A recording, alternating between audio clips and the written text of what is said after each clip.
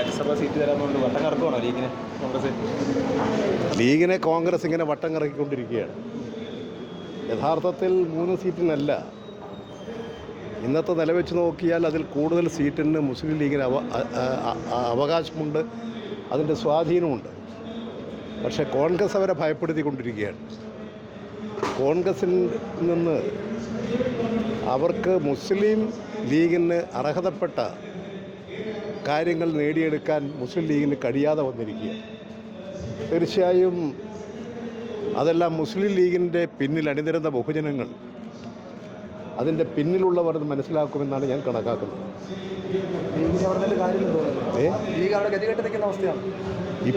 എന്തായി എന്നുള്ള കാര്യം അറിഞ്ഞുകൂടാ. പക്ഷേ കോൺഗ്രസ്സിന് കേരളത്തിൽ 140 അസംബ്ലി മണ്ഡലങ്ങളിൽ ഒറ്റയ്ക്ക് നിന്ന് മത്സരിച്ചാൽ ഒരു മണ്ഡലത്തിലും കോൺഗ്രസ് ജയിക്കില്ല.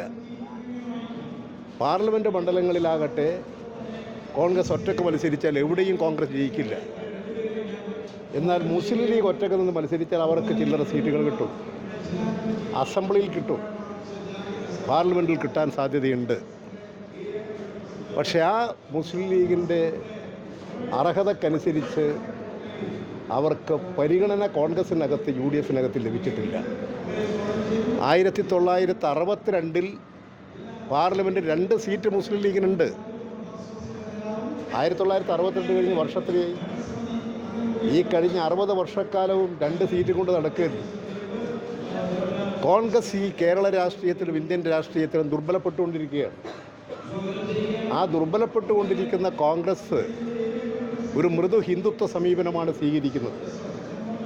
അതുകൊണ്ടാണ് നിങ്ങൾക്കറിയാം, ഇപ്പോൾ കോൺഗ്രസിൻ്റെ ഒരു ജാഥ നടക്കുന്നുണ്ട്.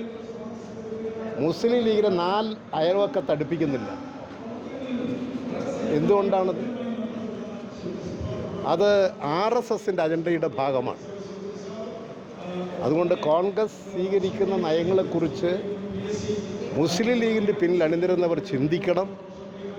തീർച്ചയായും എത്ര കാലം ഈ നിലപാടുമായി അവർക്ക് മുന്നോട്ട് പോകാൻ കഴിയും എന്ന് പറയാൻ കഴിയില്ല. അതാണ് ഇന്നത്തെ സ്ഥിതി. അവരുടെ തീരുമാനങ്ങൾ പുറത്തു വരട്ടെ. ഏതായാലും മുസ്ലിം ലീഗിനെ അങ്ങേയറ്റം ഒതുക്കിക്കൊണ്ടിരിക്കുകയാണ്. ഈ ജാഥയ്ക്കിടയിൽ അസംബ്ലി വർഷം വരെ ആയി. അത് നിങ്ങൾ മാധ്യമക്കാർ തന്നെ ആ കാര്യങ്ങളെല്ലാം പറഞ്ഞിട്ടുണ്ട്. അതാണ് കോൺഗ്രസ് UDF എന്ന് പറഞ്ഞാൽ എന്ത് തെറിയും പറയാം. ആ തെറി പറയുകയും എന്നിട്ട് അവസാനം ഞങ്ങൾ ഏറ്റവും മെച്ചപ്പെട്ട സഹോദരങ്ങളാണ്. അതാണ് കോൺഗ്രസ്.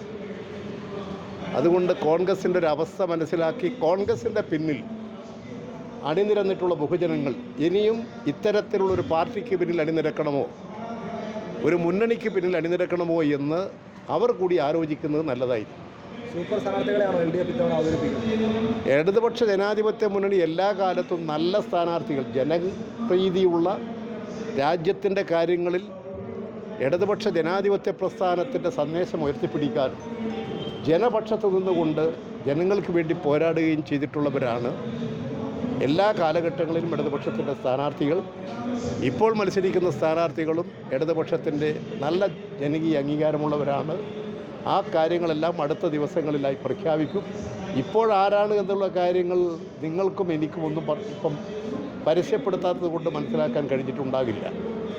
പക്ഷേ ഇടതുപക്ഷ ജനാധിപത്യ മുന്നണിയുടെ സ്ഥാനാർത്ഥികൾ വളരെയധികം മെച്ചപ്പെട്ട ജനപ്രീതി നേടിയിട്ടുള്ള നേതാക്കളായിരുന്നു. 20-20 അവർ പറയുന്നുണ്ട്. അത് 20 നമുക്കായിരിക്കും, 20-0 ആയിരിക്കും.